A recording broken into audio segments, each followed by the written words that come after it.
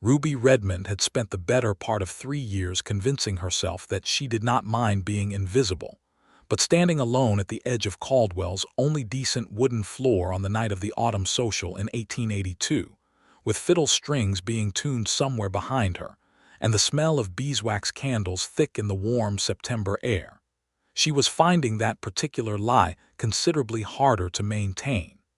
She had come because Harriet Boone had told her it would be good for her. Harriet was the postmistress, a broad-shouldered woman with kind eyes and an opinion on absolutely everything, and she had pressed Ruby's shoulders firmly and said, "You have been in that shop 6 days out of 7 for 11 months straight. Ruby Redmond and a woman cannot live on bolt cloth and thread alone." Ruby had laughed at that, genuinely laughed, which was something she did not do nearly enough anymore. So she had pressed her good dress, the one with the small pearl buttons along the cuff, and she had pinned her dark auburn hair up in the way her mother had taught her before her mother had passed, and she had walked the 4 blocks from her seamstress shop to the Caldwell Town Hall on a Friday evening in September like a woman who belonged anywhere she chose to go. The trouble was that Caldwell, Kansas, had a particular social architecture that Ruby had never quite learned to navigate. It was a cattle town, raw and loud and ambitious, sitting right on the Kisham Trail where the Longhorn still came through in great bellowing rivers every summer. The men who dominated the social floor were cattle men or trail bosses or the merchants who supplied them, and the women who moved easily among them were wives or daughters firmly embedded in that ecosystem. Ruby was neither. She had come to Caldwell 2 years prior from Wichita, following a rumor about inexpensive shop space and a population that needed good needlework, and both of those things had proved true. What she had not anticipated was how thoroughly a single woman running her own business could be rendered socially inert. She was not disliked. That was the particular cruelty of it. Nobody in Caldwell had a bad word for Ruby Redmond. She sewed beautifully and charged fairly and kept her accounts in meticulous order and was unfailingly polite when the ranchers' wives came in for alterations. They spoke warmly of her. They simply did not think to include her in the natural flow of their evenings, their Sunday dinners, their social hours.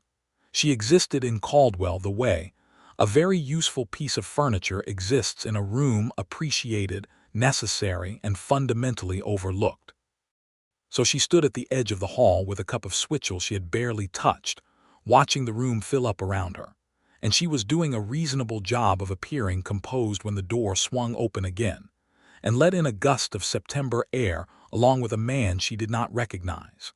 He was tall, which registered first, and then she noticed that he was dusty in the particular way of a man who had been riding hard, and had made a sincere but imperfect effort to remedy this before entering a social function.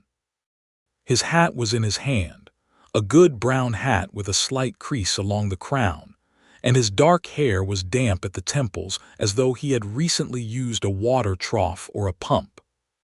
His coat was serviceable rather than fine, but it fit his shoulders well. He stood in the doorway for a moment with the easy, unhurried look of a man taking honest stock of his surroundings rather than performing a rival for anyone's benefit, and his eyes moved slowly across the room in a way that was observant without being calculating.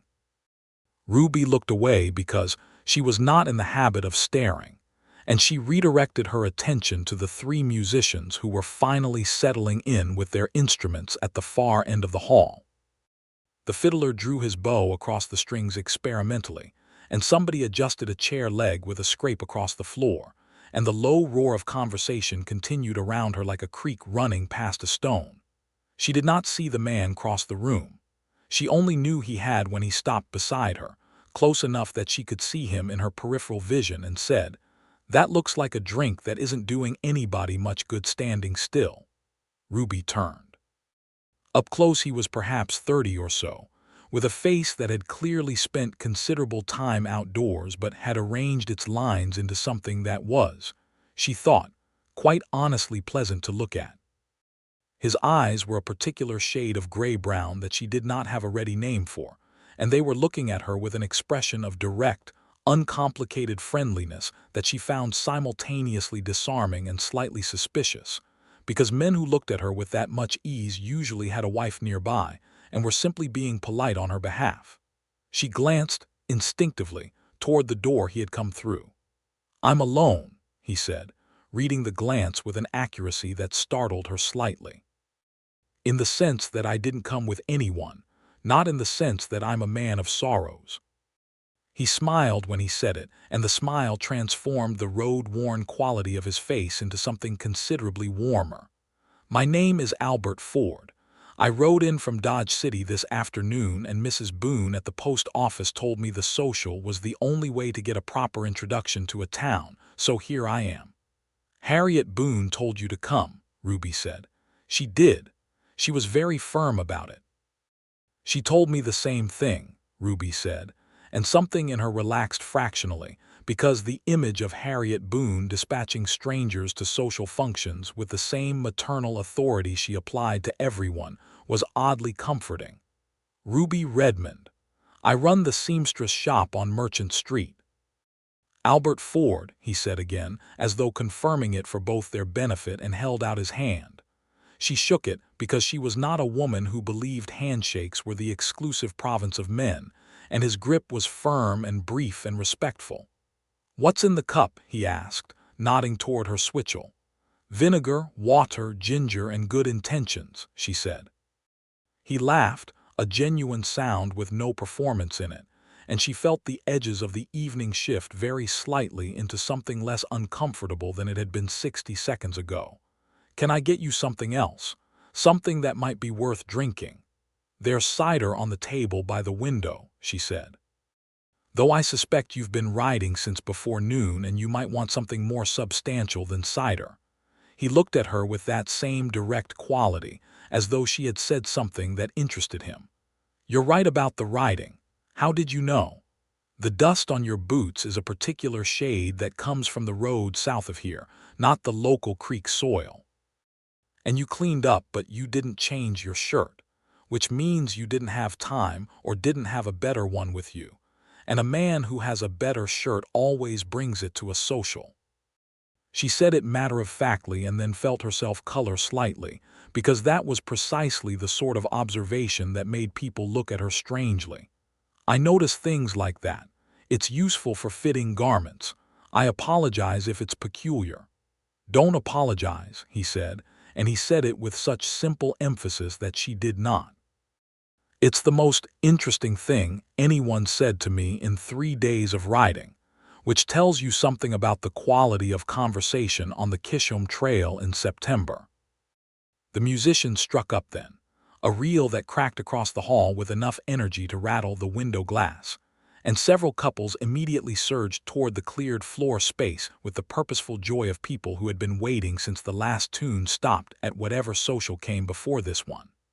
The room reorganized itself around the music, and suddenly the space where Ruby and Albert stood at the edge of the hall was marginally less conspicuous because everyone else was looking at the dancers. "I should warn you," Albert said, leaning slightly toward her to be heard over the fiddle, "that I dance approximately the way a horse crosses a creek. I get where I'm going, but it isn't graceful. I dance adequately," Ruby said, "but I rarely get asked." There was a pause between them that was not uncomfortable, which surprised her, because she was usually uncomfortable in silences with people she had met less than 5 minutes ago.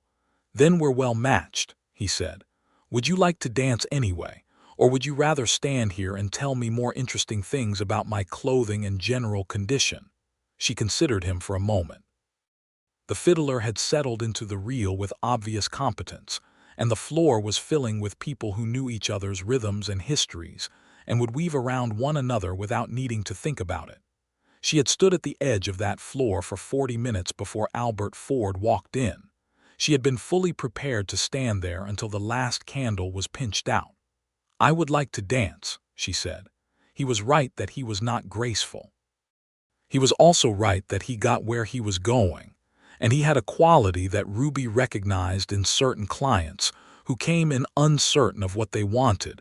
He paid attention. He watched her feet for the first quarter of the song, corrected his timing without making a production of it, and by the second half, he was keeping reasonable pace and grinning with the specific expression of a man who is enjoying himself more than he expected to.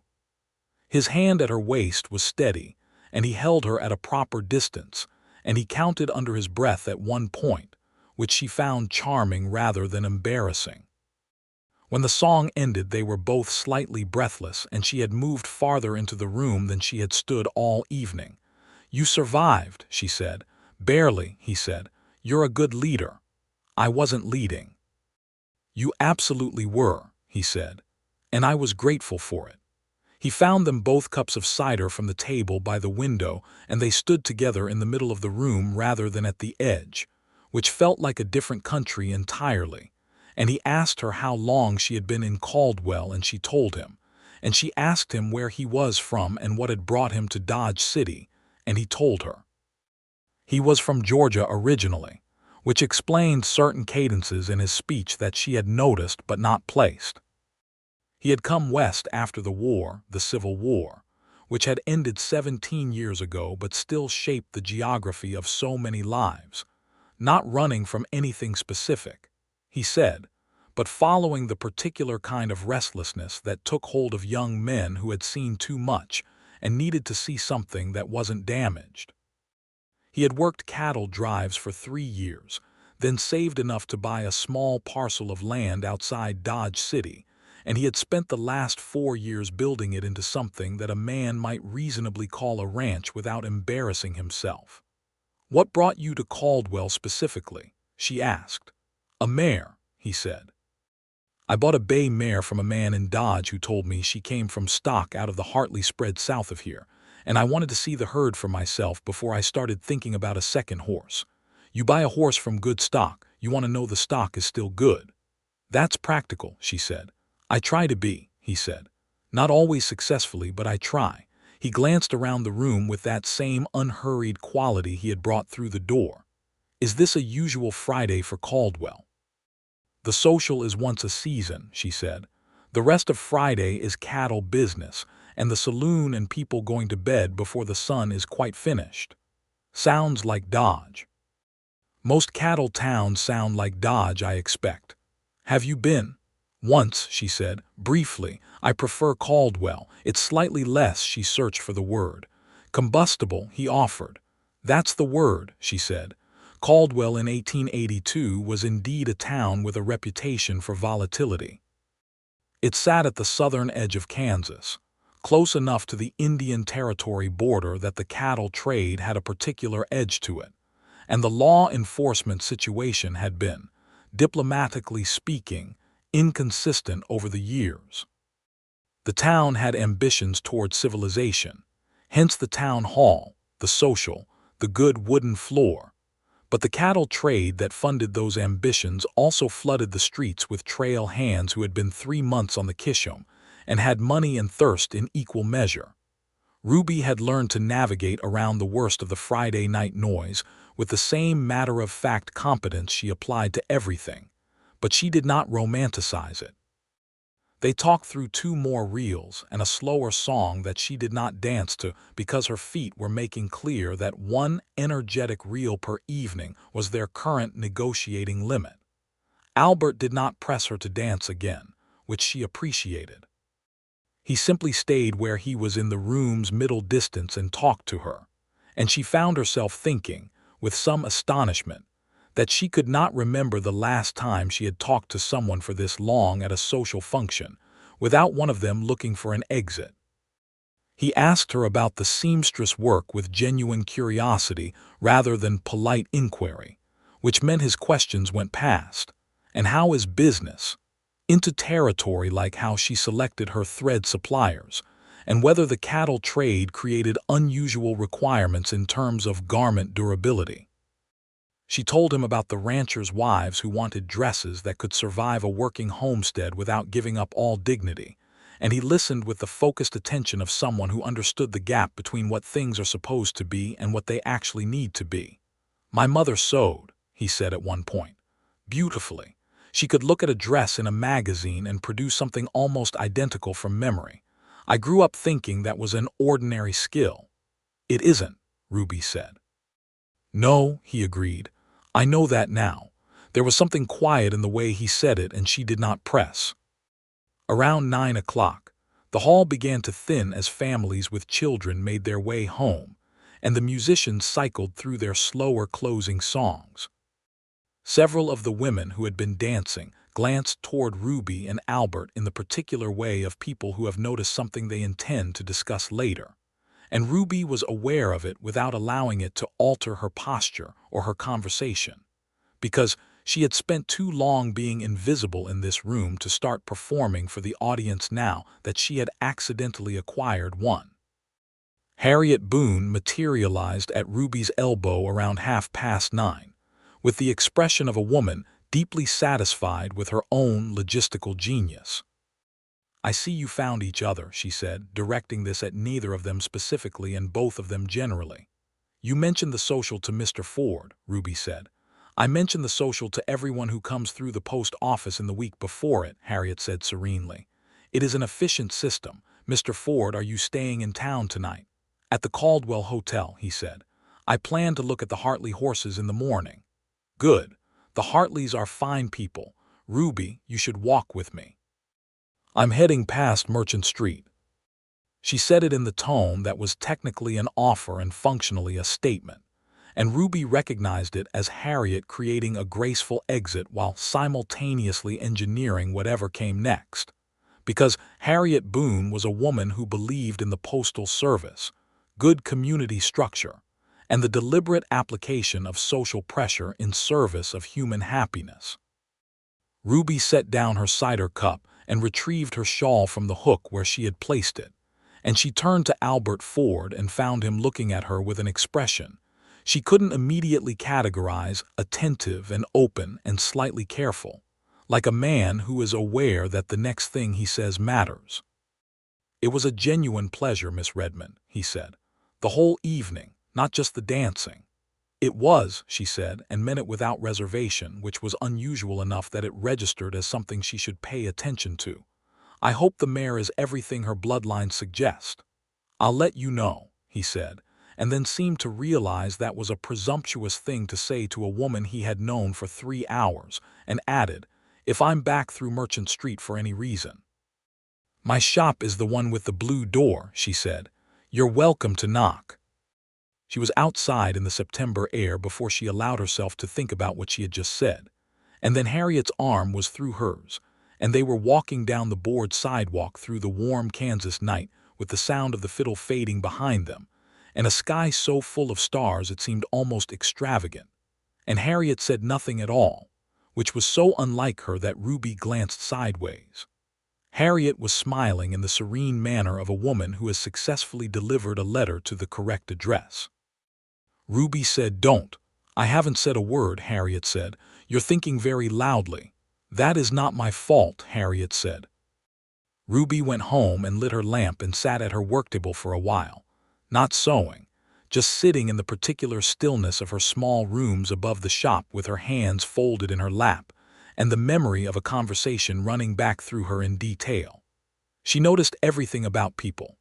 It was both her professional gift and her personal affliction, and what she had noticed about Albert Ford was an unusual quantity of things that she had no professional use for whatsoever. The way he had counted under his breath during the reel, the way he had asked about the thread suppliers like it was a real question deserving a real answer. The way he had looked at her when she said she rarely got asked to dance, not with pity, which she would have found unbearable, but with something closer to assessment, like he was updating information he had been keeping. She went to bed at 11 and told herself firmly that a pleasant conversation at a seasonal social was precisely that and nothing more, and she almost believed it. The next morning, Saturday, she opened the shop at 7 because Saturday was reliably her busiest day, and she had 3 fitting appointments before noon. The first was Mrs. Caldwell, not the founding family, just the coincidence of the name, who needed her winter riding coat taken in at the shoulders. The second was a young woman recently arrived from Abilene who wanted a new shirtwaist and had brought her own fabric, a pretty blue wool, and had specific and reasonable ideas about the collar. The third was Tom Hartley's wife, Margaret, who came in every season for alterations on one thing or another, and always stayed longer than the appointment required because she genuinely enjoyed talking. It was Margaret Hartley who said, around 10 o'clock while Ruby was pinning the hem of a dress Margaret had decided needed 2 inches removed, "My Tom had a man out this morning early looking at the horses. Fellow from Dodge City. Very polite, Tom said. Knew his horses." Ruby kept her eyes on the hem. "That's good to hear. Tom says he's thinking about settling here," Margaret said, "or somewhere close by. He's got land near Dodge, but apparently he's been looking around." She paused in the speculative way that Ruby recognized as a conversational prelude. "Did you happen to meet him last night at the social? Tom said he mentioned going." "Briefly," Ruby said. "He's not bad looking," Margaret said. "I didn't notice particularly," Ruby said, which was such a thorough lie that she was faintly surprised her face didn't betray her. Margaret looked down at the top of Ruby's head with the knowing expression that women who have been married 7 years tend to develop toward women who are clearly lying about noticing men. "He asked Tom if he knew which shop on Merchant Street had the blue door," she said, very casually. Ruby's hand stilled on the pin for exactly 1 second before she resumed. "And what did Tom tell him?"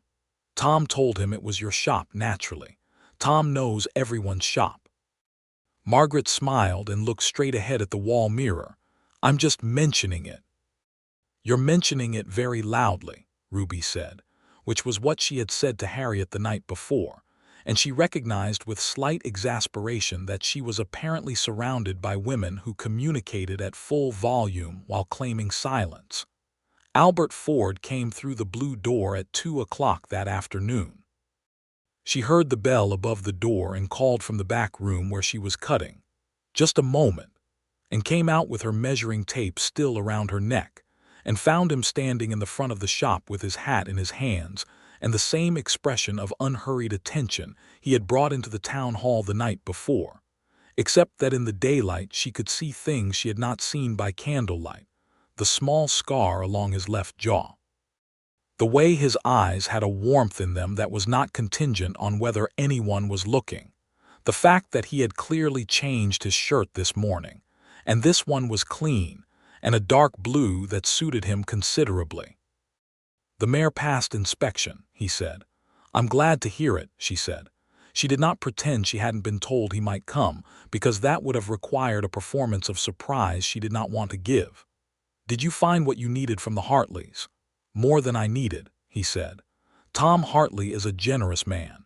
He showed me 3 horses and told me their full history back 2 generations and fed me breakfast which I wasn't expecting." He looked around the shop with the same genuine curiosity he had applied to the topic of thread suppliers the night before, the bolts of fabric organized by weight and color along the back wall, the cutting table with its grid lines worn smooth through use, the glass case with buttons and trim and small elegant tools in it, the dress form in the corner wearing the beginning of a shirtwaist in the blue wool. "This is a good shop," he said, as though he knew enough about shops to mean it specifically. "It's mine," she said. "That's the part I'm proudest of." He looked at her. "How long have you owned it?" "Since I arrived." The previous seamstress had gone back east and the landlord wanted someone quickly, and I had savings and a plan, and the landlord was a practical man. She said it simply, because it was a thing she was neither modest nor boastful about. It had cost her everything she had saved in 4 years of working for other people's shops, and there had been months in the first year when she had eaten sparingly and mended her own clothes by lamplight because she could not afford the fabric for new ones. She did not tell him the hard parts because she did not know him well enough yet, but she also did not perform it as smaller than it was. "I understand that feeling," he said. "The first spring I broke ground on my own land, after years of working someone else's cattle, I stood out there in the dirt and thought, this is mine. Nothing particularly good had happened yet. I had a tent and a plan and about $12, but it was mine." "Exactly," she said. There was a moment between them where neither of them spoke and neither of them needed to, and then he said, "I'm going to be in Caldwell for 2 more days." I have a meeting with the land office on Monday about a parcel west of town. I was wondering if you might be willing to have dinner with me this evening, if you don't have other plans." He said it directly, without circling, which she appreciated deeply, because men who circled their own questions made her want to finish the sentences for them. "At the drover's house, if that's acceptable. They do a reasonable meal on Saturday." She had no other plans. She had, if she was being honest with herself, been sitting in the back room cutting fabric and thinking about 2 o'clock with more anticipation than she generally allowed herself about anything. "Yes," she said. 7 o'clock. 7 o'clock, he agreed, and he smiled. And she noticed again that the smile did something specific to the quality of the room, like a lamp being turned up from low to full. He left, and she stood in the front of her shop for a moment in the September afternoon light with the sound of Caldwell going about its Saturday business outside the blue door, and she thought, with the careful deliberation of a woman who has been hurt before and knows exactly what the shape of hope feels like when it first arrives uninvited, that she should be sensible about this. He was in Caldwell for 2 more days. He had land near Dodge City.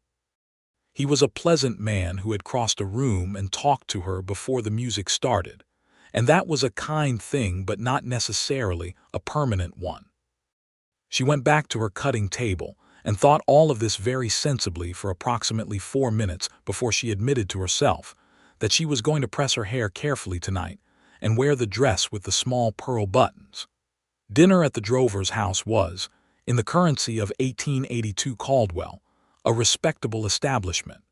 It had tablecloths that were changed weekly and a cook who had come from St. Louis, and had opinions about beef that generally proved correct when applied to a plate. Albert was already there when Ruby arrived, which she appreciated, standing near the door rather than already seated, which she appreciated more, because a man who stands waiting at the door thinks of his companion as a person arriving rather than a situation being managed.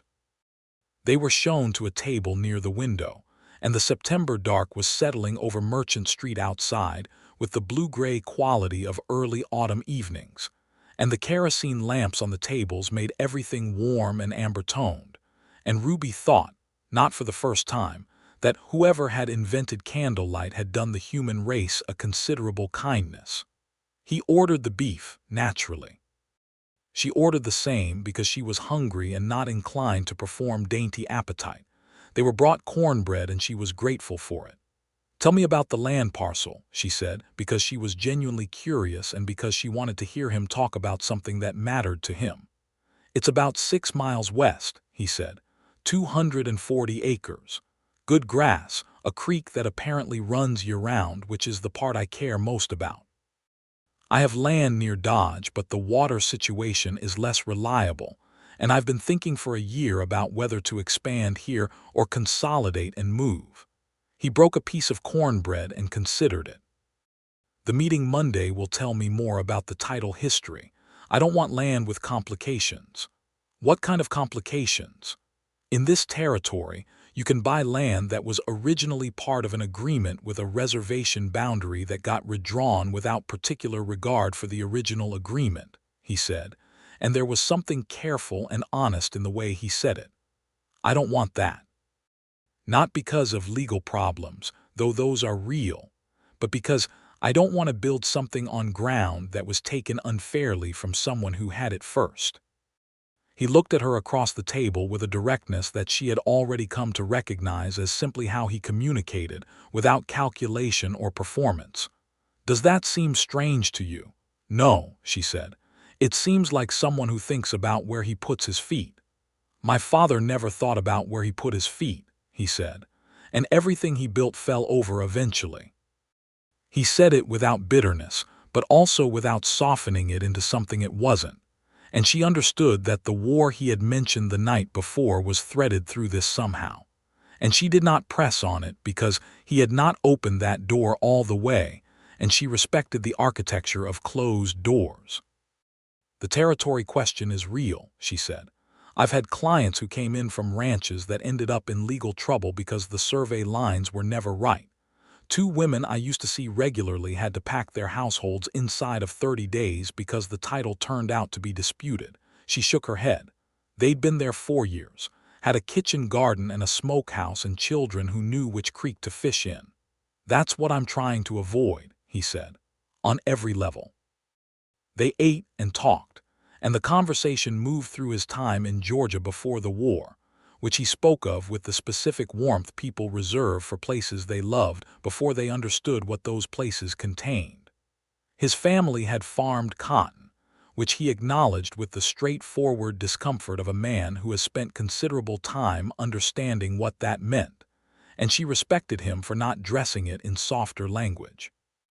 He had been 15 when the war started and 18 when it ended, and he had seen enough in those 3 years to make him want to go somewhere that the ground itself didn't seem to remember. She told him about Wichita, where she had grown up the daughter of a tailor, learning her trade in her father's shop from the time she could hold a needle properly. Her father had died when she was 22, her mother 2 years later, and she had continued working in the shop that had then been sold to a man with no particular talent for it who had paid her inadequately, and told her frequently that she should be grateful for the work. She had left at 26 for Caldwell with her savings and her tools and a complete absence of sentimentality about the situation. "How old are you now?" he asked. 28, she said. "And you?" 31, he said. "Though I feel older some mornings and younger than makes sense on others." "That seems like the accurate human experience," she said, and he laughed. She noticed over the course of the meal that he did not try to be impressive. He did not tell stories that made him large or his achievements greater than they were. He spoke of his ranch with the honest accounting of a man who knew its deficiencies as well as its strengths. He had 30 head of cattle and was building toward 60.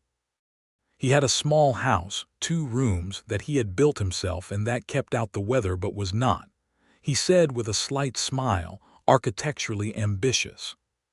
He had a neighbor 3 miles south, a former trail hand named Lucas who had also bought land and who was, Albert said, the most reliable person he had ever met and also the worst cook in the state of Kansas. She told him about Harriet Boone, about the women's reading circle that met above the Mercantile on Thursday afternoons, about the way Caldwell changed in feel between the cattle season and the quieter months when the trail hands were gone, and the town had a chance to be itself rather than a service station for the Kishom. "Do you like it?" he asked. Caldwell. She thought about it genuinely, which she always preferred to thinking about it the way she was supposed to. "I like what I've built here," she said. "I like my shop and I like Harriet and I like the women in the reading circle and I like that I'm known here, even if being known isn't always the same as being included." She paused. "I think I'm still deciding about the town itself, which is probably a reasonable thing to say about a place you've lived for 2 years. "It is," he said. "I've lived near Dodge for 4 years and I'm still deciding."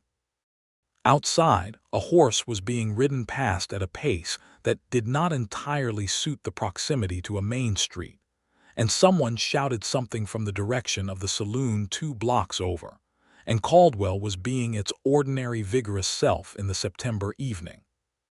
Inside the drover's house, the kerosene lamp burned steadily, and the cook's beef deserved every positive opinion that had been offered about it. And Ruby Redmond sat across a table from a man who looked at her the way she had forgotten anyone had ever looked at her, as though she was entirely worth looking at, specifically and directly, and without the glaze of something else. He walked her home, which was 5 minutes along Merchant Street, and she was aware for those 5 minutes of the specific quality of an autumn night in Kansas, the warmth that hadn't quite left the air but carried the first suggestion of something cooler underneath it, and the stars, which were the same extravagant stars they had been the night before, and the sound of their boots on the board sidewalk in a comfortable rhythm. At the door of her shop, the blue door, which was blue even by lamplight, a fact she had intended when she painted it, he stopped and she stopped and he said, "I have to see the land office Monday, and then I'll need to head back to Dodge by Tuesday." "I know," she said. "I'd like to come back," he said. Not for horses this time. She looked at him in the lamp spill from the window above in the September dark, in the town she was still deciding about, and she said, "The roads between here and Dodge are reasonable in autumn." "They are," he said. "Then come back," she said, "when you can." He held her gaze for a moment, and then he took her hand not in a sweeping gesture, but in the simple, deliberate way of a man who has made a decision and is acting on it, and turned it palm up and pressed it gently and released it. It was not a kiss, and it was not nothing, and she thought later that it was exactly the right thing. He left Tuesday morning. She knew because she heard the horses being moved in the direction of the North Road, and she was already at her work table, already cutting, already being a person who ran a shop and had a life that continued regardless, which was true and also sat in her chest with a peculiar weight. He came back 3 weeks later. She was in the middle of a fitting when the bell above the blue door rang, and she called out the same, "Just a moment." She always called, and finished the fitting with the professional completeness that her clients deserved, and when Mrs. Aldrich had been properly seen to and had departed, Ruby came out of the back room and found Albert Ford standing in the front of her shop again, and this time he had not been riding since before noon. He was clean and his clothes were pressed, and he had brought flowers, which in Caldwell in October meant a spray of late prairie asters and dried goldenrod from wherever he had found them on the road, and she thought they were the most sincere flowers she had ever been given because they were clearly whatever a man could find on a Kansas road in autumn, and he had brought them anyway. "The Dodge City land is sold," he said. "To a good buyer, a German family. They'll work it well. I've bought the parcel west of Caldwell." He said it simply, without drama, watching her face. "The title is clean. I checked 3 times. Ruby stood in the middle of her shop with her measuring tape around her neck and dried goldenrod in her hands and looked at him. "That's a significant decision," she said. "It is," he said. "Was it only the land that decided it?" "No," he said, with the directness that she had come to understand was simply how he was. No performance in the honesty, just honesty itself. "It wasn't only the land." She put the goldenrod in a jar of water on the cutting table and turned back to him, and she said, "Come in, then. You've had a long ride, and I have coffee on the stove in the back." He came in. They drank coffee. They talked for 2 hours while the October afternoon moved past the shop windows, and Caldwell went about its business outside the blue door. He had arrangements to make. The new land needed immediate attention before winter set in, fence lines to assess, the house situation to address, since the property had a structure that had been left by a previous owner and needed evaluation before it could be lived in. He would be back and forth between the Caldwell area and Dodge for another 2 months as he concluded the sale and established himself. But he came back. Every 2 weeks, sometimes more often, he came back through the blue door or appeared at her elbow at the Thursday reading circle gathering, or walked with her after services on Sunday mornings, because she had discovered that he attended the same small church she did, which had struck her as improbable, and then as not improbable at all once. She understood that he was someone who carried his convictions in the same place he carried everything else, plainly, and without dressing them for the occasion. By November he had moved into the property west of town, the old structure having proved sound enough after repairs, and he was establishing himself with the particular focused energy of a man who knows exactly what he wants to build.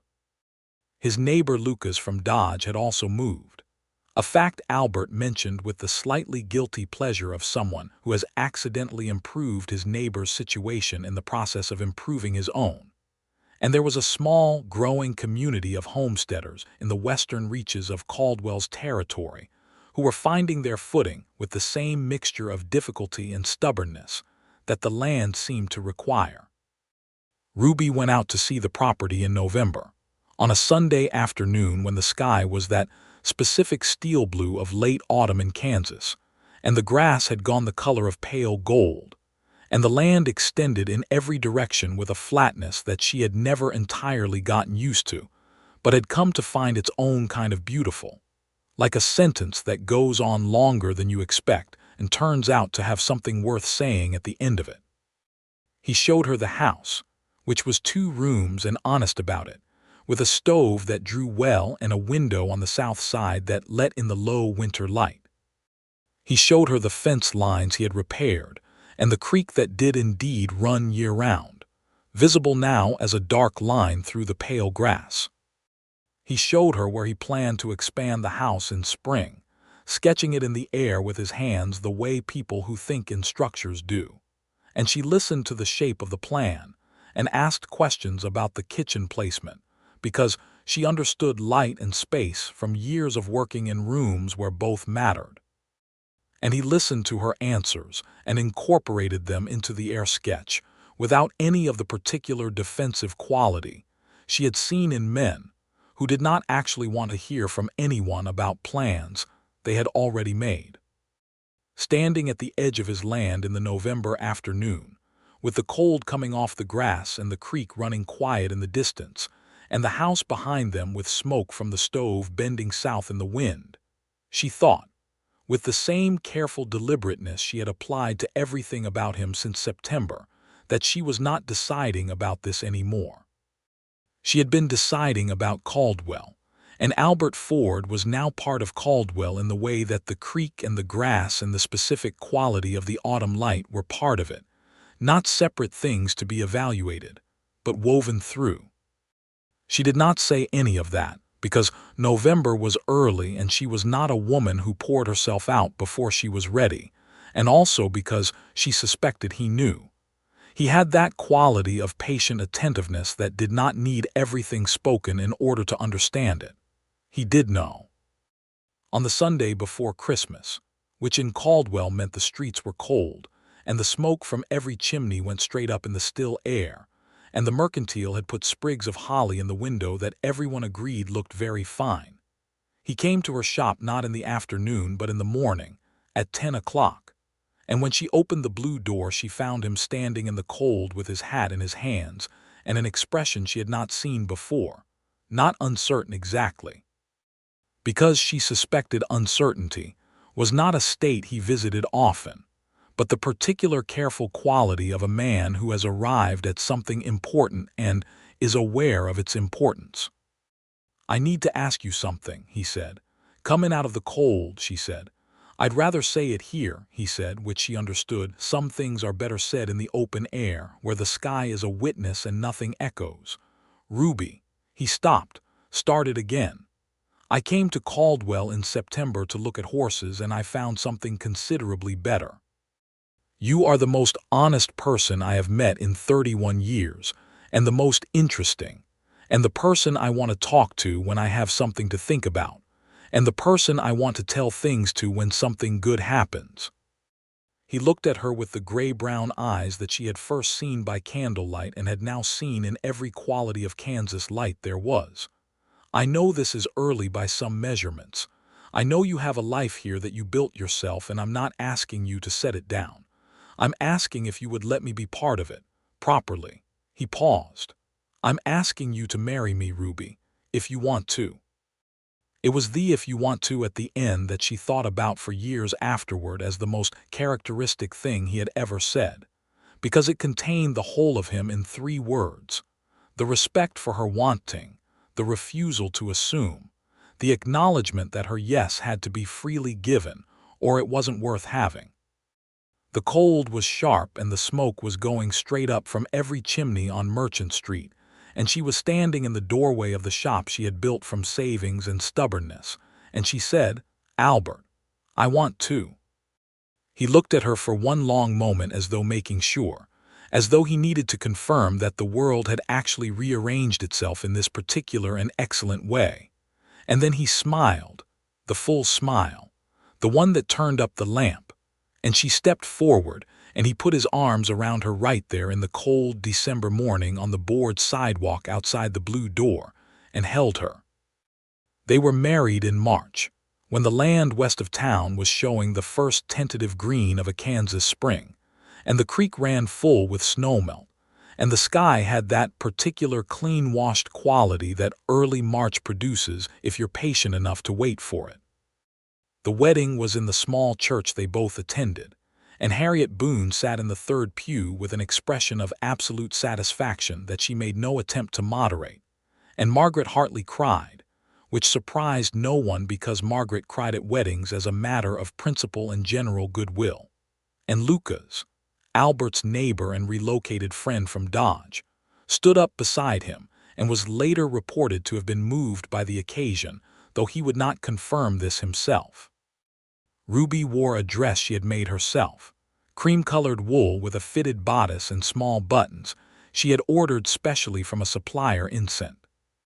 Louis, and she had done her own hair in the way her mother had taught her, and she carried the dried prairie asters and goldenrod from a bunch she had kept pressed between the pages of a book since October, reconstituted into something that was formally a wedding bouquet and personally a record of a man who had brought her flowers from a Kansas road in autumn and meant something by it.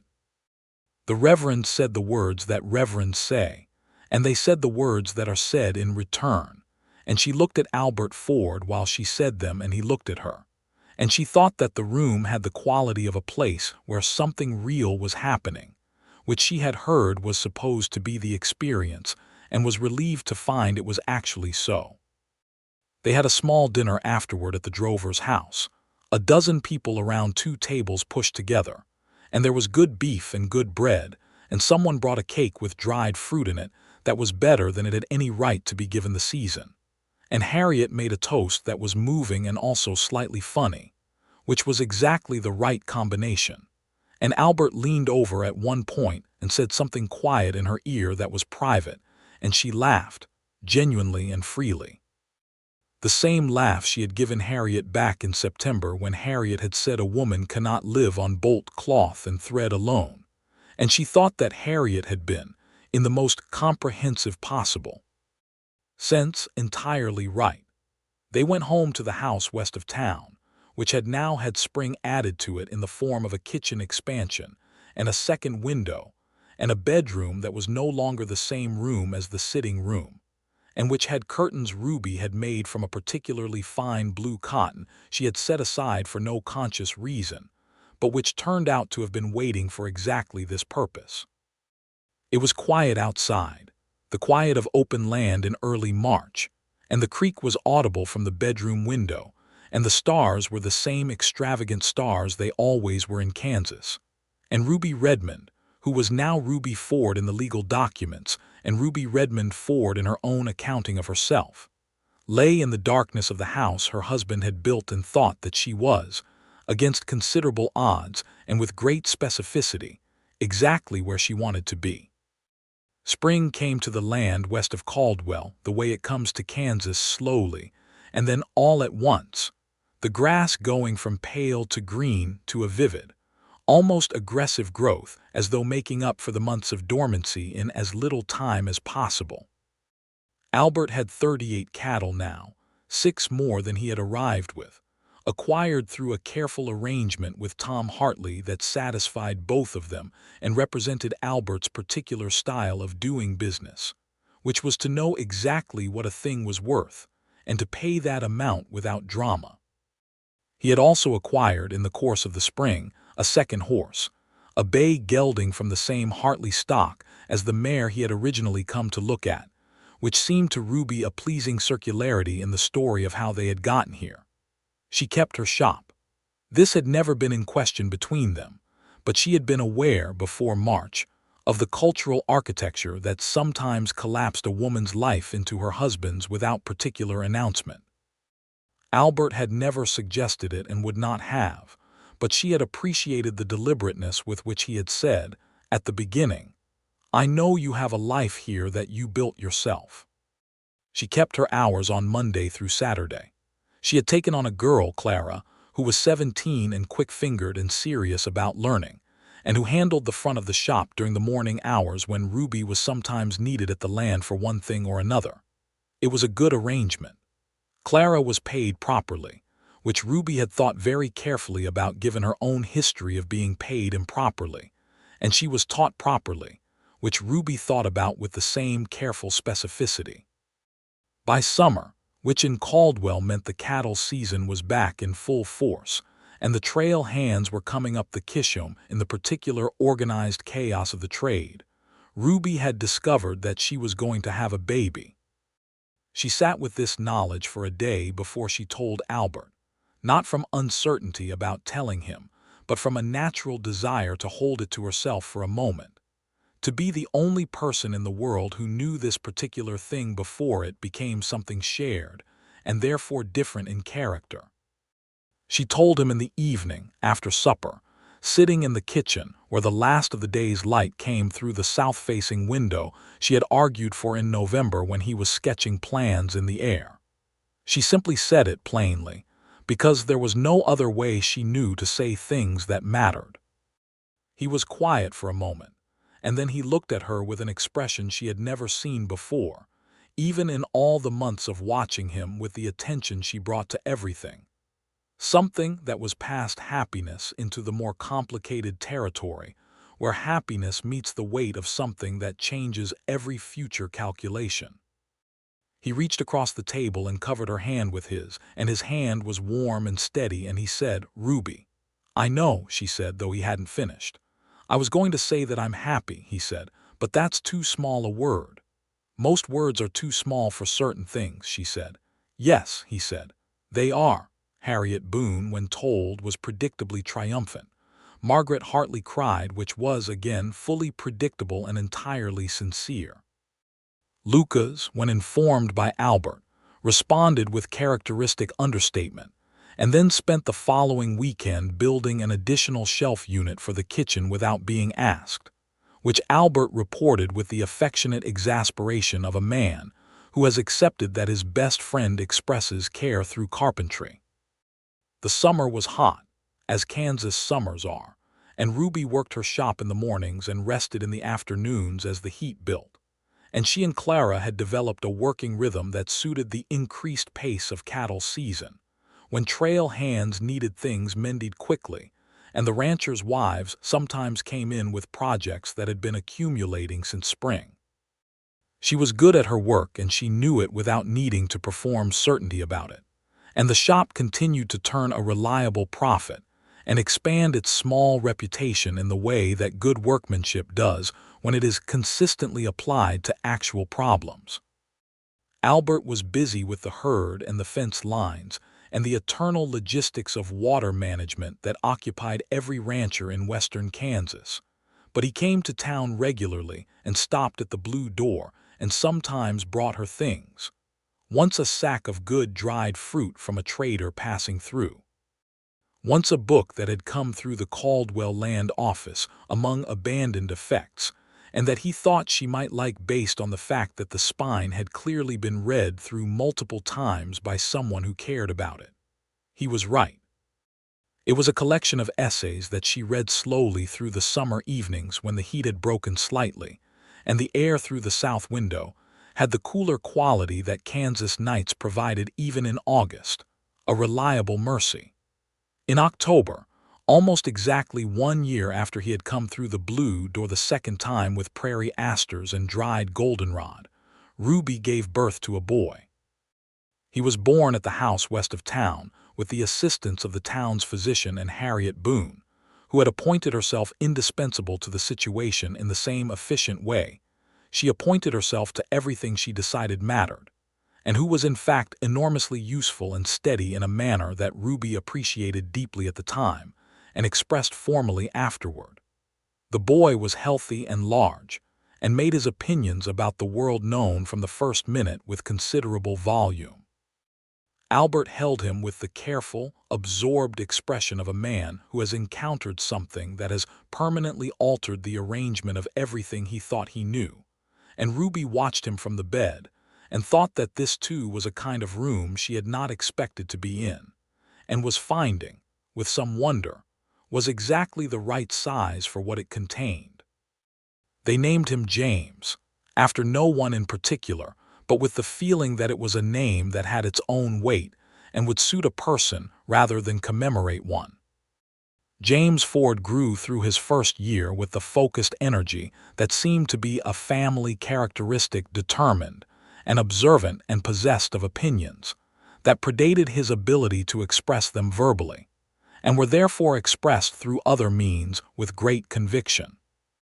He took his first steps in the kitchen of the house west of town on a February morning when the ground was frozen, and the creek was iced over at the edges, and the south window was letting in a thin winter light, and he covered approximately 4 feet of floor with tremendous effort, and then sat down and looked at his parents with the expression of someone who has completed a significant project and expects acknowledgement. He received acknowledgement. Ruby's shop in Caldwell had, by the spring of 1884, grown enough that Clara had been given additional responsibility and a corresponding increase in pay, and Ruby had begun to take on apprentice work from a second young woman, a girl named Dora who had come to Caldwell from Nebraska with her family, and had the same quality Clara had shown, a natural aptitude and a seriousness that suggested she would be good at this if given the proper foundation. Ruby taught both of them the way her father had taught her, which was to say completely, without withholding the difficult parts, and with the understanding that knowledge passed forward was the only form of legacy that reliably made itself useful. Albert's herd had grown to 63 head by the spring of 1884, which was the number he had mentioned in that first dinner at the drover's house as the target he was building toward, and she remembered it when he told her, and thought about the particular satisfaction of watching a person arrive at the thing they said they were going toward. He had also, in collaboration with Tom Hartley and 2 other neighboring ranchers, been involved in organizing a cooperative arrangement for the water rights along the creek that ran through several properties, a process that had required considerable negotiation and 2 meetings that had run past 11 o'clock and left him arriving home tired but satisfied in the specific way of someone who has solved a real problem through genuine effort. The cooperative arrangement was also, she thought, an example of something she had understood about him since October in the first year. He thought about where he put his feet, and he thought about who else was standing on the same ground. When the question of the creek rights had first come up, there had been a proposal from one of the larger ranchers to the south to simply assert priority by virtue of being first on the land, which would have been legally arguable and practically harmful to the smaller operations upstream. Albert had argued against this not only on the grounds of fairness, but on the grounds that a community that organized itself around the principle of the stronger taking from the weaker was building something that would eventually fall over, and he had said so in the meeting with the particular quiet force of a man who has observed exactly this process and is not interested in repeating it. The cooperative arrangement had passed. The larger rancher had been persuaded by the logic if not entirely by the principle, which Albert said afterward was a sufficient outcome. In the summer of 1884, 2 years after the night of the autumn social, Ruby discovered she was pregnant again, and this time she told Albert the same evening because she had learned that the pleasure of having the knowledge to herself for a day was not quite as satisfying when you lived in a house with a person you actually wanted to tell. He was washing up at the pump outside when she told him, and he straightened and looked at her with the water still on his hands and said, "Again, again," she said. He smiled with the whole of his face. "James will have someone to teach things to," he said. "He'll have someone to practice his authority on," she said, "which is different." "I'll keep an eye on it," Albert said. James, who was by then walking confidently, and had graduated from conviction without words to conviction expressed with a limited but growing vocabulary, greeted the eventual information that there would be a sibling with the thoughtful reception of a person who has decided to reserve judgment until more facts are available. The baby arrived in January of 1885, a girl this time, who came into the world with considerably less volume than her brother had, but with an alertness that was immediately apparent. She looked at everything with the focused quality of someone cataloging information, and Ruby looked at her in the first hours and thought, "That's mine. That expression is mine." They named her a leaner. James inspected her with his characteristic thorough reserve, and then, after a period of assessment, decided she was acceptable and attempted to share his current favorite object, which was a smooth stone he carried everywhere, by placing it carefully next to her head. She did not interact with the stone, being 3 days old and therefore busy with other concerns, but he seemed satisfied with the gesture. Albert had built, over the course of 1884, the expansion of the house he had sketched in the air in November of 1882, a proper kitchen, 2 additional rooms, a covered porch along the south side that caught the afternoon light in a way that Ruby used for sewing on the good days, and a room that was specifically a nursery, which seemed now to have been a prescient addition. The house was not large, but it was well built and well considered, and it had the quality of a place that had been shaped by specific people for specific purposes, rather than built generically and occupied by whoever arrived. Caldwell itself was changing in those years, as cattle towns change. The cattle drives were already beginning to slow from their peak, the railroad having extended its reach in ways that altered the logistics of the trade, and the town was in the process of deciding what it was when the cattle season was not the organizing principle of everything. This produced a mixture of anxiety and ambition that played out in the town meetings, and the newspaper, and the particular quality of Saturday night in a town that is unsure whether it is becoming something new or losing something necessary. Ruby observed this with the attention she had always given to Caldwell, and she thought that a town deciding its own character was a more interesting version of the same decision she had been making about herself since she arrived, not whether to stay, but what staying meant. She had decided she was staying, not only because of Albert, though Albert was a reason of considerable weight, but because Caldwell now had her shop and her girls and Harriet and Margaret, and the women's reading circle above the mercantile and the small church, and the specific quality of the south light through her kitchen window. And she had built all of this from savings and stubbornness, and the willingness to be in a place long enough for it to become familiar with you even when it was slow to introduce itself. The spring of 1885 brought a difficulty that had nothing to do with cattle or land or babies, and which tested the quality of everything Ruby and Albert had built together. A man named Purvis, who had arrived in Caldwell the previous autumn as a land speculator of the aggressive variety, had begun making inquiries about several properties in the western reaches of the territory, including the parcel adjacent to Albert's creekside land. He had also, less directly, been suggesting to several ranchers, including Tom Hartley, that the cooperative water arrangement was legally informal and therefore vulnerable to challenge. The suggestion was designed to create anxiety, and it did, to varying degrees, among the ranchers involved. Albert brought it home one evening in April with the expression Ruby had come to associate with a problem he was working through, not frustrated exactly, but engaged with something that had friction in it. "Is it actually vulnerable?" she asked. "It's informal because we made it informal deliberately," he said. "Simpler to maintain, but formal is better if someone is going to challenge it." "Then formalize it," she said. "Yes," he said. "That's the answer. It requires everyone to agree to go to the cost and effort of proper legal documentation." "Will they?" "Tom will.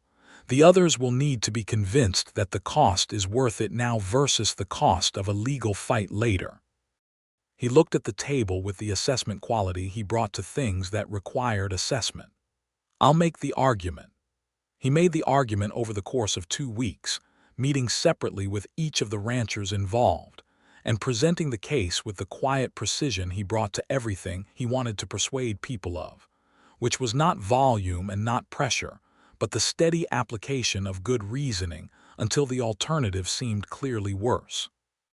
He covered the cost of the legal documentation himself for the 2 smaller operations that couldn't readily absorb it, a fact he mentioned to Ruby without particular emphasis, but that she noted with the specific pride she felt when he did something that was both right and costly. Purvis, finding the cooperative legally formalized and therefore considerably harder to challenge, redirected his attentions elsewhere, and Caldwell's Western ranching community was approximately one legal document more solid than it had been in March, which was not a dramatic resolution, but was a completely satisfying one. By the summer of 1885, James Ford was nearly 2 years old and moving through the world with enormous purpose and no corresponding caution, and Alina was 6 months old and had developed the specific focus gaze that her mother had recognized from the first days as characteristic, and Ruby was at her shop 4 days a week, and at the house 3 days a week, and had organized this schedule with the same practical precision she applied to everything. And Clara was running the front of the shop with enough competence that Ruby trusted her completely, which was a form of professional confidence she had worked toward since the day she hired the girl. On a Thursday evening in August, when the heat had finally broken, and the air coming through the south porch had the first genuine autumn quality in it, Albert came in from the cattle work and washed up and came to find Ruby on the porch where she was reading while Alina slept in the basket beside her, and James was pursuing some project in the yard that involved a stick and considerable concentration. He sat down beside her and they watched James for a moment in the slant of the late August light, and then Albert said, "I've been thinking." "About what?" she said. "About 3 years ago," he said. "September, walking into that hall and seeing a woman standing alone at the edge of it." She looked at him. "I almost didn't cross the room," he said. "I wasn't going to. I had just ridden 8 hours and I was tired and I was going to find a corner and stand in it until enough time had passed that leaving didn't seem rude." "What changed your mind?" she said. She had never asked him this directly, and she was asking now not from anxiety but from the genuine interest she felt in the specific architecture of how things come to be. He was quiet for a moment, watching James with the stick in the yard. "You were the only person in that room who was standing still," he said. "Everyone else was moving, talking, finding their place in the social arrangement. And you were standing at the edge of it, holding a cup of something you weren't drinking, and you had an expression on your face that I recognized." He paused. "I spent 3 years in this country being the person who wasn't quite embedded in whatever room I was in. You get to know that expression." "I didn't think I showed it," Ruby said. "You didn't much," he said, "but I was looking for it." She looked at him in the August evening, this man who had crossed a room before the music started, because he recognized something in her that he knew from himself, and she thought that love was, among other things, the experience of being accurately seen and finding it a relief rather than a threat. "I'm glad you crossed the room," she said. "Me too," he said. "Every single day." Alina made a small sound in the basket, the preparatory sound of a baby who is considering waking up, and James turned from his project and looked toward the porch with the monitoring expression he had developed regarding his sister, which was watchful and proprietary, and when he thought no one was watching, occasionally tender. The August light was going golden across the grass of the land Albert had bought because the title was clean and the creek ran year-round. And somewhere along the creek, a bird was doing what birds do in the late afternoon, and Caldwell was visible in the middle distance as a cluster of buildings and smoke, and the specific human ambition of a town that was working out what it meant to exist. The years that followed were the years of building, which is not a quiet activity but it has a steadiness to it, the way building does when the foundation is sound. Albert's herd reached 90 head by 1887, managed with the same careful attention he gave to everything, and he had taken on a hand named Rosario, who had come up from the territory with trail experience and a quality of work that Albert recognized and valued, and who had become in the way of good working relationships, a person whose competence was trusted completely, and whose presence at the ranch was assumed rather than negotiated. Ruby had expanded her shop in 1886, taking on the adjacent space that had been a harness shop until its owner retired, and the additional room allowed her to run proper fitting appointments, and to take on larger projects, dressmaking for weddings, which had become something of a specialty, and the ceremonial garments that Caldwell's growing sense of its own occasion required. James Ford at 5 was a serious, purposeful child who had his father's quality of paying attention and his mother's quality of not saying more than was needed, and who had discovered reading with the focused intensity he applied to everything and was working through every book in the house, and then requesting more from the Caldwell lending arrangement above the mercantile.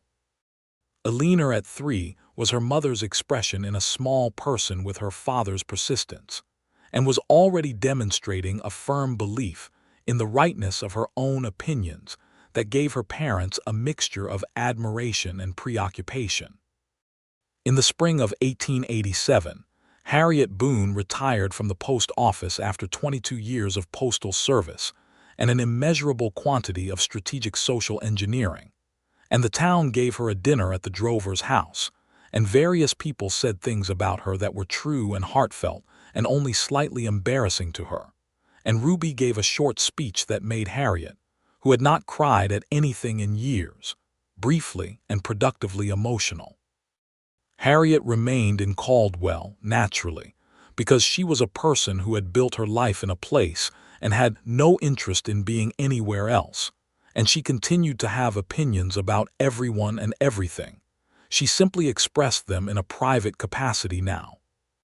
It was Harriet who noticed, in the autumn of 1887, that Ruby had the particular quality of a woman in the early months of another pregnancy, and who said so with the directness that had always characterized her, and Ruby confirmed it without either embarrassment or fanfare, because by now she had made her peace with the fact that in a town the size of Caldwell, Harriet Boone was going to know things approximately when she herself knew them.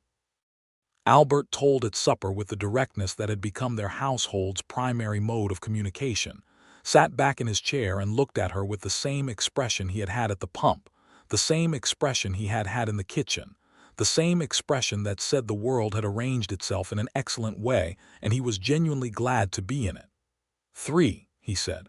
3, she confirmed. James will be informative about this, he said. James will have detailed opinions, Ruby said. Eleanor will attempt to be in charge, he said. Eleanor is always in charge, Ruby said. She simply allows the rest of us to maintain our illusions. He laughed, and she laughed, and in the kitchen of the house west of town, with the autumn dark outside and the stove warm and the children asleep in their rooms, they were two people sitting across a table from each other who had been brought into each other's lives by horses, and a seasonal social and Harriet Boone's comprehensive theory of community building, and who had found in the intervening years that they were both better versions of themselves in the company of the other, which was not the poetic account of love but was, Ruby thought, the most accurate one. The third child was born in April of 1888, a boy, and they named him William, which had been Albert's father's name reclaimed from its complicated history and given to someone new. He arrived in the same determined fashion as his siblings, and was from his first days a person who expressed himself at full volume and with great cheerfulness, which was distinct in character from both his reserved and observant older brother and his focused and purposeful older sister, and which suggested that the family was collecting a complete range of approaches to the world. James received the news of a second sibling with the careful dignity of an older brother, who has already worked out the appropriate response to such announcements. Eleanor, at 4, inspected the new arrival and said, with the comprehensive authority of her personality, that she would teach him things, and proceeded immediately to demonstrate a block-stacking technique that William was not developmentally equipped to appreciate, but regarded with general goodwill from his position in the cradle. That summer, Ruby took on a third apprentice, a young woman from the southern edge of the territory whose name was Consuelo, and who had been recommended by Rosario as someone with ability and circumstances that would benefit from proper employment. She had grown up in a family that had been in the territory before it was the territory, before the survey lines and the cattle trade and the town of Caldwell itself had organized the land into its current arrangements. And she carried this history with a quiet dignity that Ruby recognized and respected, and treated her with the same professional completeness she had always brought to her girls, teaching without withholding, paying without minimizing, trusting without requiring performance of gratitude. Consuelo was, it turned out, extraordinarily gifted with the needle, with a natural feel for fit and proportion that Ruby had rarely seen. And within 2 years, she was handling the more complex fitting appointments with a skill that Ruby watched with the specific satisfaction of having correctly identified and properly supported someone else's talent.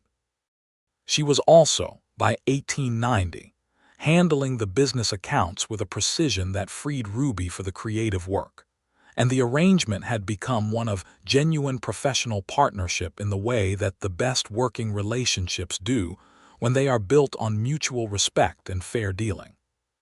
The cattle trade continued to shift through those years, the Kishom Trail less dominant as the railroads extended their reach, and Caldwell adapted with the particular resilience of a town that had always had to be something beyond its most obvious identity. New businesses opened. The school expanded. The church added a second service on Sundays to accommodate a congregation that had grown with the town. The women's reading circle above the mercantile continued its Thursday afternoon meetings with a rotating selection of texts and a consistent quality of conversation that Ruby had come to value as one of the reliable good things in the structure of her week. She was 36 by 1890, and the shop on Merchant Street had been hers for 10 years, a fact she noted with the satisfaction of someone who has arrived at an anniversary that means something specific. 10 years of the blue door and the measuring tape and the carefully organized bolts of fabric and the good work she had sent out into the world in the form of garments that fit people properly and did what they needed to do. 10 years of building something that was hers. She thought about the woman who had stood at the edge of the autumn social in 1882 with a cup of switchel she wasn't drinking, invisible at the margin of a room she had been afraid to inhabit, and she felt for that woman the tenderness one feels for a past self who was doing her best in a hard situation and did not yet know what was coming. What was coming had been Albert Ford, crossing a room before the music started, because he recognized something he knew from himself. And everything that came after that. She came home from the shop on the anniversary of 10 years to find that Albert had arranged a dinner that was not the drover's house, but the house west of town. Their house, with the table extended into the sitting room to accommodate the full Ford family and Harriet Boone, and the Hartleys and Lucas and Rosario and Clara and Consuelo. And there was good beef and Harriet's contribution of a remarkable pie, and someone had made a cake, which turned out to be Clara, who had not disclosed this talent until it was needed.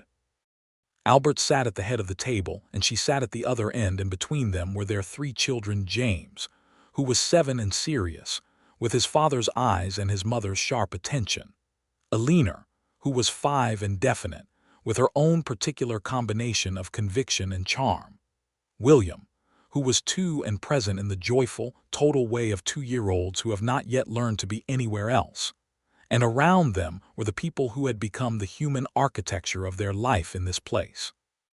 Harriet raised a glass and said something about blue doors and switchel and the natural consequences of proper social management, which was both very funny and completely accurate, and everyone drank, and Albert caught Ruby's eye across the table and held it for a moment in the way he had always held things, directly and without decoration. She had been, in 1882, the woman nobody introduced themselves to at the social. She had stood at the edge of the room and held a cup she wasn't drinking and been invisible in the particular way that a very useful piece of furniture is invisible, and she had been ready to stand there until the last candle was pinched out. He had crossed the room before the music started, and she had learned in the years since that this was not only the story of how they had found each other. It was the story of the kind of people they each were. He was someone who crossed rooms toward things that mattered rather than waiting to see if the room would rearrange itself in his favor. She was someone who had stood her ground in a hard place until the right thing arrived, which was its own form of courage, perhaps the quieter form, but no less real. Both of these things were true. Both of these things were required.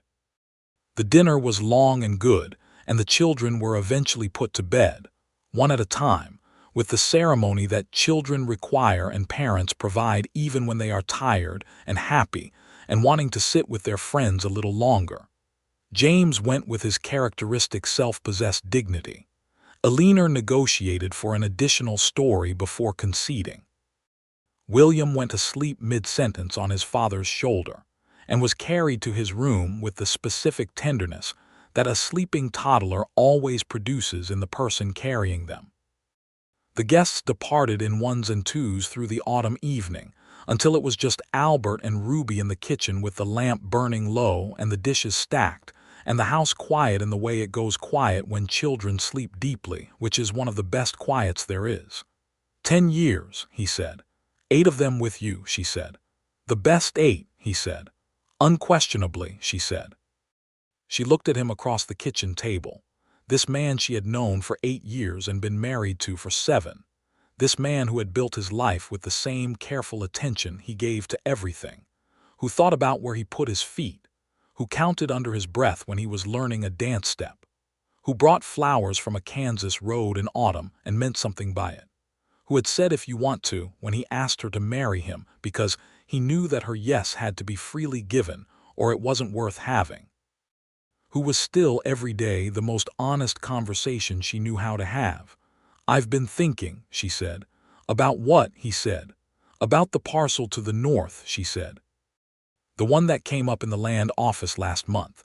Tom mentioned it to Margaret and Margaret mentioned it to me. It borders the creek. He looked at her. I know the one. It would expand the water rights considerably, she said, and the grass is good. It would, he said. I looked at it in the summer. I wasn't sure about the timing. The timing seems fine to me, she said. James is old enough to understand some of the work, and you have Rosario. He studied her with the expression she had catalogued over 8 years, the one that meant he was updating information. You've thought about this, he said. I think about most things, she said. You think about everything, he said. And you're usually right. Usually, she said, not always. When have you been wrong? She considered sincerely. I thought the green fabric would make good curtains and it did not, he laughed. The green fabric was a legitimate mistake. The curtains were terrible, she agreed. The lamp burned in the kitchen of the house they had built on land that the creek ran through year-round. And outside the autumn night was doing what autumn nights in Kansas do, going cold and clear and star-filled, extravagant as always. And in their rooms the 3 Ford children slept the deep sleep of children who are safe and known, and in the right place. Ruby and Albert sat across from each other as they had sat across tables in various configurations for 8 years, and they talked about the land to the north, and the herd expansion, and what James might usefully learn in the coming spring about cattle work.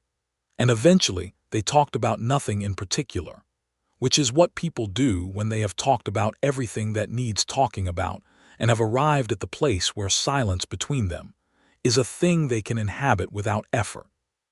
She went asleep that night in the room with the curtains she had made from the blue cotton that had been waiting for exactly this purpose, with the sound of the creek through the window and the warmth of the man beside her. And she did not think about the woman who had stood invisible at the edge of the social, because that woman had already been thought about enough. She thought instead about tomorrow, which would bring the shop and her girls and the blue door open to the October morning, and the week after that, which would bring Albert to the land office about the northern parcel, and the winter coming, which would bring its own requirements and its own particular beauty, and beyond that the spring, and beyond spring everything else, the rest of the story of their lives, which was not finished or even close to finished, but had the quality of something built on a sound foundation with good materials and the kind of care that produces things that last. She slept, and Albert slept beside her, and the creek ran outside in the October dark, and the stars did their usual extravagant work over the flat Kansas land, and the house west of Caldwell held everything it contained: the children, the lamp that had been turned down to a glow, the blue curtains, the books on the shelves that James was working through with dedicated speed, the smooth stone that had made the rounds of the family before ending up in a bowl on the kitchen shelf where everyone could see it. The table that had held so many dinners, the stove that had heated so many mornings, the south window that let in the light, all of it real, all of it built, all of it chosen. It had begun with a man crossing a room before the music started, and it had become this: a life so thoroughly inhabited that there was no part of it left empty, no margin where a woman had to stand alone holding a cup she wasn't drinking, no edge of any room she could not occupy fully, and with the complete authority of a person who belongs exactly where she is. This was the thing that love had done, at its best and most thorough. Not made her someone else, but brought her more completely into the person she had always been. And that, Ruby Ford thought as she moved into sleep, was more than enough. It was, in fact, everything.